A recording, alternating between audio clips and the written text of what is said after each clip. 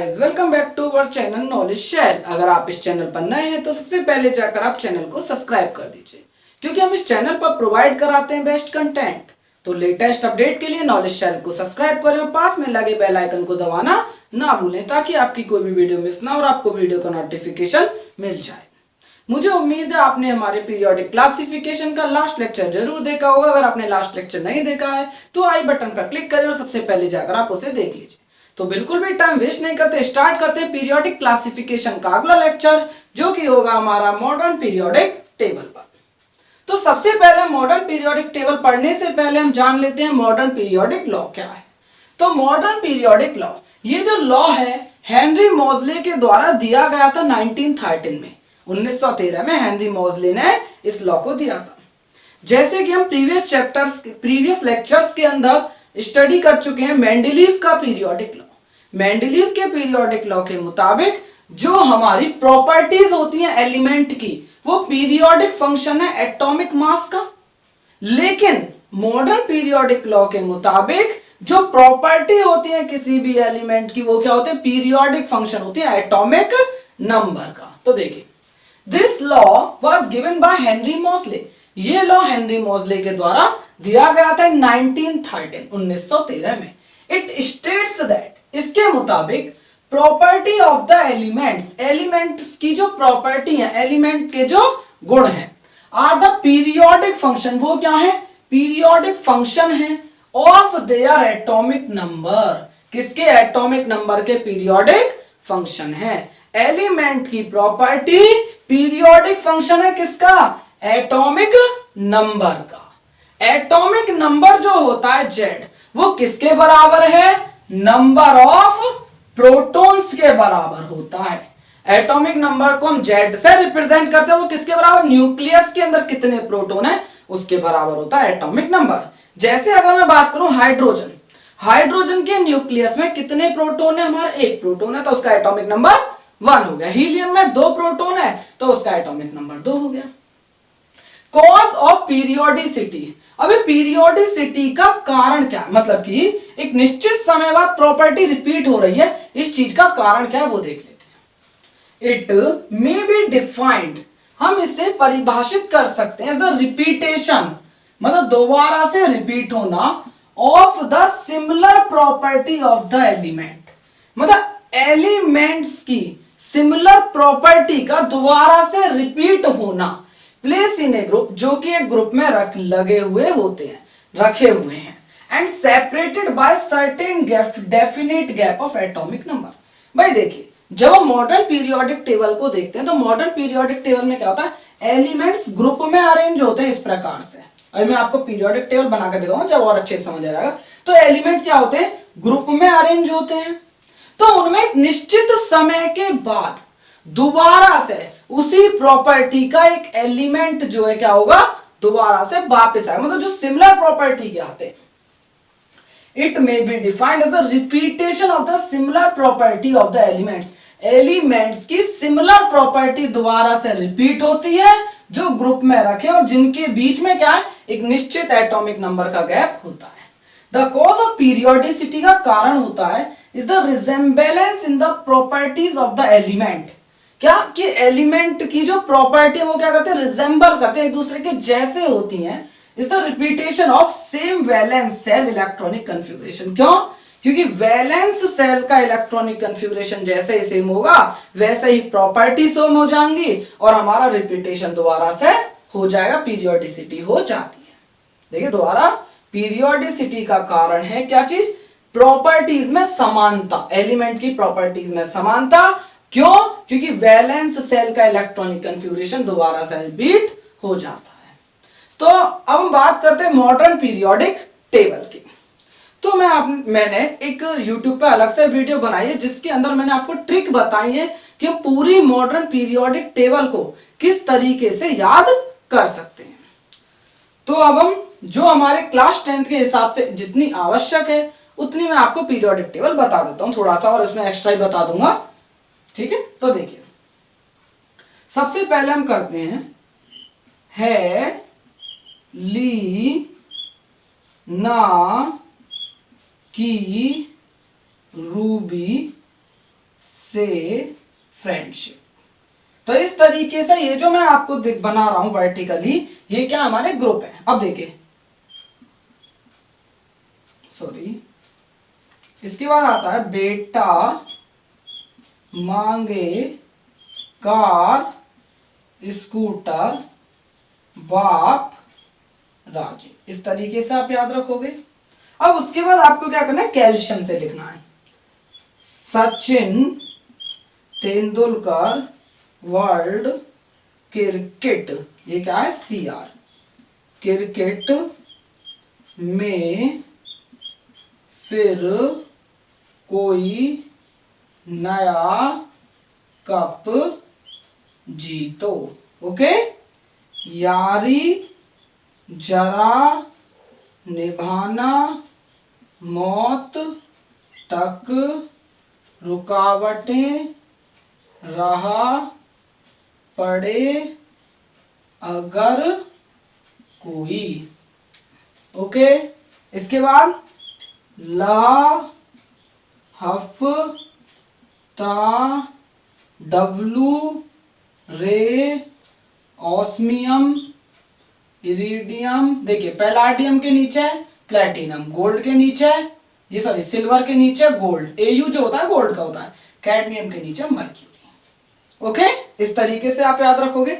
इसके बाद बेरिलियम के आगे अब हम आएंगे, बैंगन, आलू, गाजर, इन थैला। अब देखिए, hydrogen, helium, lithium, beryllium, boron. Boron के बाद क्या आता है, कार्बन, नाइट्रोजन, ऑक्सीजन, फ्लोरीन। ठीक है, अब कार्बन वाला सी गीत सुनाऊं प्रभु, नई पड़ोसन ऐसी सब बिगड़े, ओम सिंह सी टी पो, फसल भर आई आंटी। आप देखो, एक दो बार आप प्रैक्टिस करोगे आपको अच्छे से याद हो जाएगी।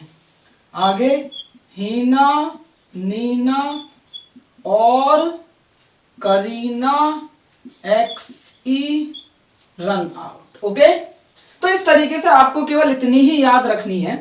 और अगर मैं बात करूं इससे नीचे वाले की, तो उसकी आपको कोई जरूरत भी नहीं है, और ना ही आपको जो नीचे तो एक्स्ट्रा में दिए होते हैं ब्लॉक के, वो भी याद करने की आपको आवश्यकता नहीं है। तो इतनी आपके लिए सफिशिएंट होगी। और थोड़ी सी तो बहुत ज्यादा वैसे एक्स्ट्रा है हमारे, लेकिन कोई बात नहीं। तो देखिए, हमारी ये क्या पीरियोडिक टेबल है। तो इस पीरियोडिक टेबल को अगर मैं देखूं तो यहाँ पे मैंने क्या बताया था, देखिए हमने क्या कहा था कि रिपीटेशन होगा सिमिलर प्रॉपर्टी का। ठीक है, जो कि हमारे एलिमेंट कहां रखे होंगे, ग्रुप्स के अंदर रखे होंगे। देखिए, मतलब हाइड्रोजन, हीलियम, तो लिथियम की, सोडियम, पोटेशियम, इन सब की क्या होगी, प्रॉपर्टी सेम होगी। और इनके बीच में मैं देखूं तो लिथियम के बाद अगर सोडियम आना है तो एक निश्चित एटॉमिक नंबर का क्या है, गैप है। बेरिलियम, बोरोन, कार्बन, इतने सारे ना, तो इनका क्या है, गैप, एक निश्चित गैप के बाद प्रॉपर्टी रिपीट होती है।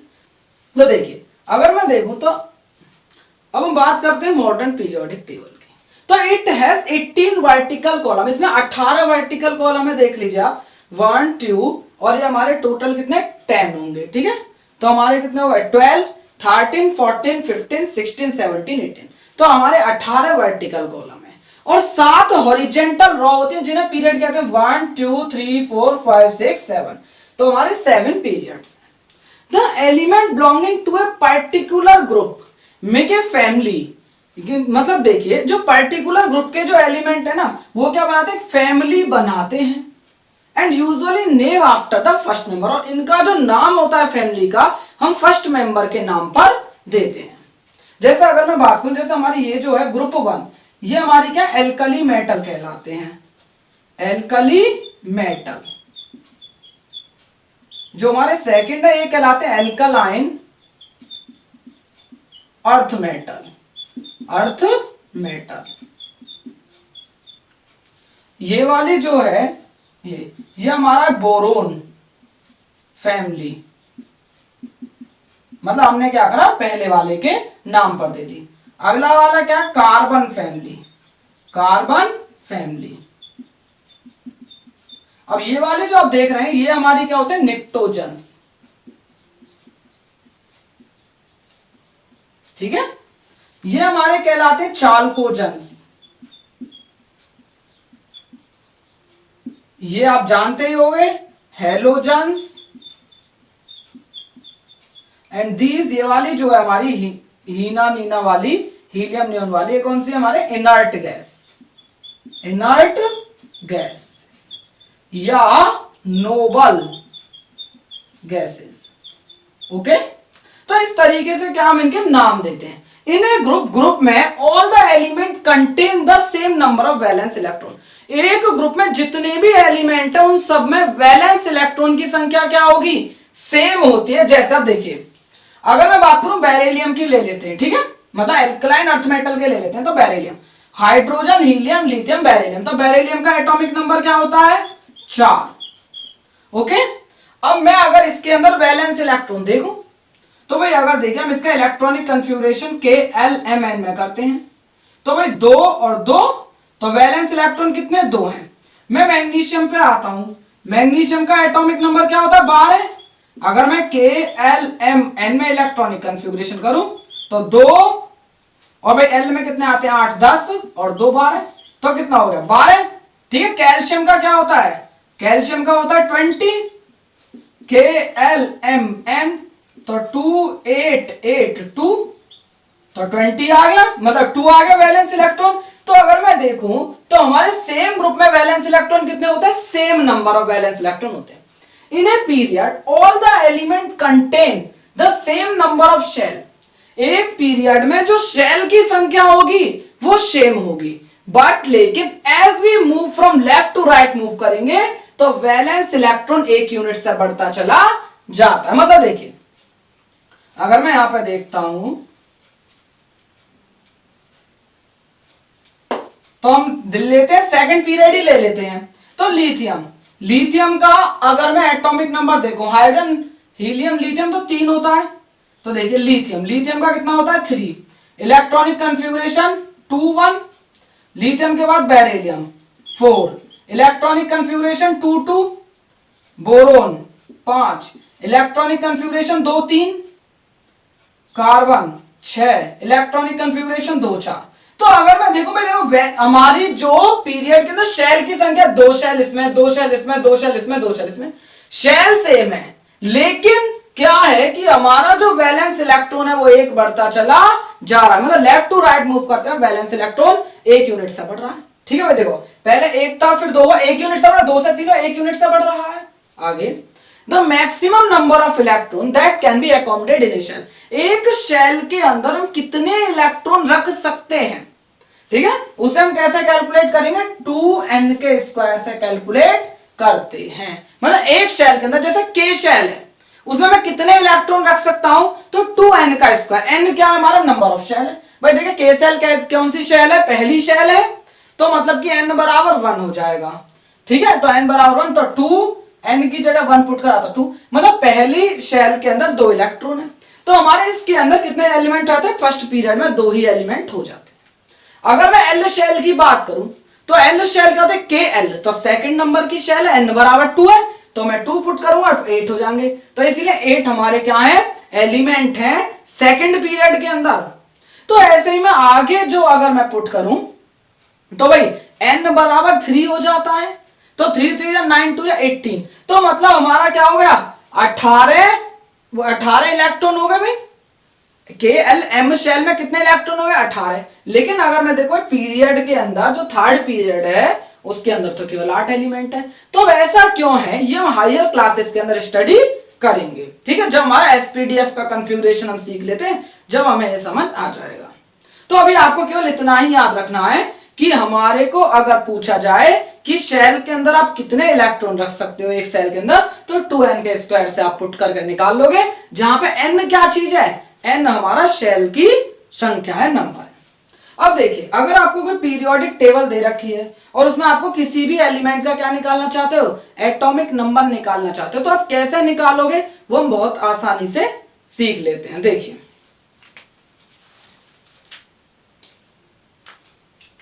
तो आपको क्या करना है, अगर हमारे इधर वाले हैं तो सबसे पहले 2, आप 2 प्लस करोगे, जैसे हाइड्रोजन का 1 होता है, 1 और 2 3 हो जाएगा। ठीक है, इसके बाद 8, देखिए लिथियम का 3 और 8 कितना हो जाएगा, 3 और 8 हो गया हमारा 11, तो सोडियम का 11 होता है, तो इस तरीके से 2 8 8, ठीक है। इसके बाद 18 और 32, तो 2 8 8 18 18 32। तो इस तरीके से अगर आपको क्या करना है, इस वाले हिस्से मतलब पहले दो ग्रुप का एटॉमिक नंबर किसी का भी पता करना है तो आप ऐसे कर लोगे, और इनका आपको याद ही होगा भाई, hydrogen lithium beryllium boron carbon, इन सब का आपको याद ही होगा, ठीक है। अब इसके बाद अगर हम बात करें इनकी, तो अगर इनका कैसे आप याद रखोगे वो समझिए। तो इसमें आपको याद रखना भाई, देखो पहले 18 प्लस करोगे, इसका क्या होता है 21 में, कैल्शियम का 20 तो 21, तो 21 में 18 प्लस करिए, फिर जब y का निकल जाए तो इसमें भी आपको 18 प्लस करना है, ठीक है। इसके बाद जब यहाँ पे आता है AC मतलब एक्टिनियम, तो यहाँ पे क्या आप करना, आपको प्लस करना होता है 32, तो 18 18 32 आपको प्लस करना है। इसके बाद क्या होता है कि यहाँ पे स्टार लगे होते हैं, मतलब इसके बाद के जो है ना हमारे 14 एलिमेंट, वो हमारी जो नीचे आपको दो दिखाई देंगी हॉरिजेंटल रॉ, उनके अंदर होते हैं 14 एलिमेंट, ठीक है। तो यहां से थोड़ा सा चेंज हो जाता है, अब वो क्या वो समझिए, 18 प्लस करना है सबसे पहले, फिर इसके बाद अगली बार जब हम करेंगे 32 प्लस करेंगे, और उसके बाद 32, ओके। तो 18 32 32 आपको प्लस करना है। फिर हम आते हैं इन वाले पे, मतलब बोरोन वाले पे, तो इसमें आपको क्या करना होता है कि सबसे पहले 8 प्लस करेंगे, ठीक है। जैसे हमने 8 प्लस करा तो भाई बोरोन का कितना होता है 5, 5 और 8 कितना हो गया 13 हो गया, तो हमारा इस तरीके से हम निकाल लेंगे तो हमारा 13 हो गया। इसके बाद क्या होता है 18, ठीक है। एल्यूमिनियम के बाद हमने 18 प्लस करा,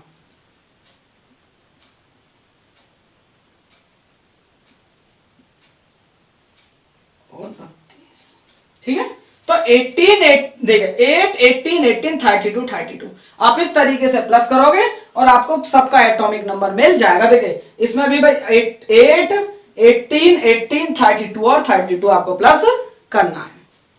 तो हमारा ये लेक्चर यहीं पर फिनिश होता है। मुझे उम्मीद है आपको वीडियो लेक्चर अच्छा लगा होगा। अगर आपको वीडियो अच्छी लगी तो वीडियो को लाइक करें, शेयर करें और चैनल को सब्सक्राइब करें। और अगर आपको इस वीडियो से संबंधित कोई भी डाउट है तो आप मुझे कमेंट बॉक्स में कमेंट करके बता सकते हैं, मैं डेफिनेटली आपका डाउट क्लियर करूंगा। Thank you.